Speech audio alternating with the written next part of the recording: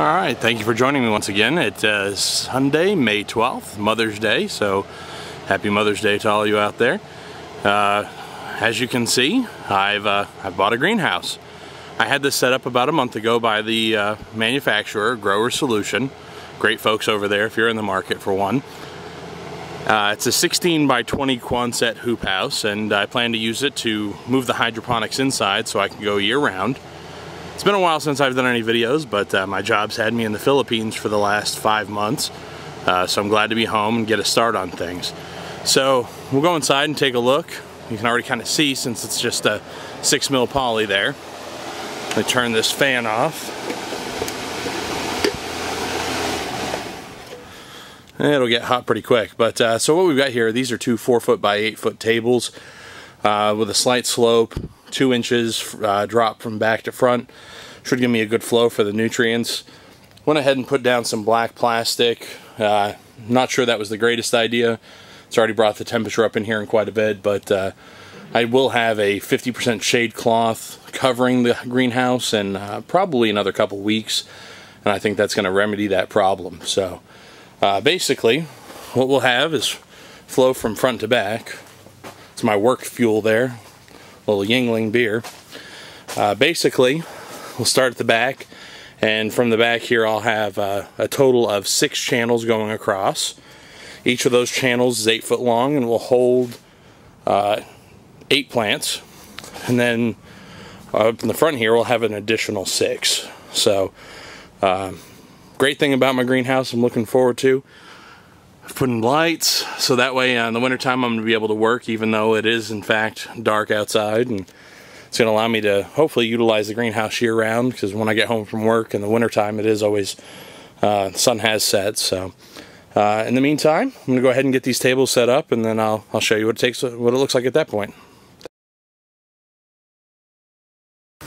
Okay, so some of my last videos you might have seen where I used PVC tubes with holes cut in it.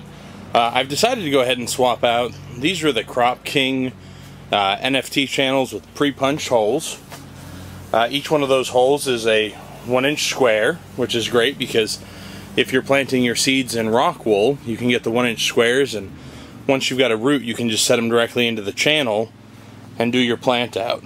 So each of these is an 8-foot long channel with 2 4-foot covers. It consists of an end cap and then a drainage spout with a 45-degree elbow.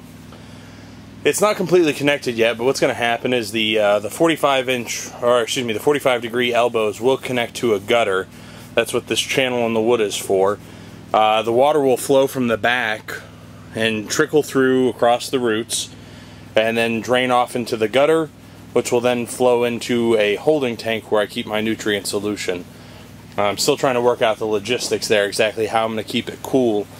It's pretty early in May at this point, and I've got the fan turned off so you guys can hear me, but the temperature in here is probably about 90 degrees at this stage. I don't have a thermometer, so that's just my best guess, but outside it's you know, a nice 70 degrees. So there is a big temperature difference in here, so some shade cloth hopefully will take care of that, and I think I am going to have to insulate my nutrient storage tank so that way as the nutrient solution flows through the channels it doesn't pick up too much heat, and when it does it goes back into the large tank, and hopefully it's able to kind of mitigate some of the heat exchange. So I think I might just wrap it in one of those insulating blankets like you would use on a hot water heater. See how that goes. If that's not good enough, then I guess it'll be time to maybe figure out some sort of chiller system. So word to the wise, when you open a box full of packing peanuts, make sure your exhaust fan's not turned on. It's quite the shock for me. I opened the lid and the fan immediately grabbed several hundred packing peanuts and skewed them about. I'll be posting updates as I get more done. As you can see right now we're only about, well, we'll call that 3/5 of the way. I have not finished putting the ground covering on this side. I still have some plumbing work to do. I need to get water out here, so I didn't want to put any of the plastic down until I had an opportunity to get a trencher and lay some water line and a yard hydrant out here.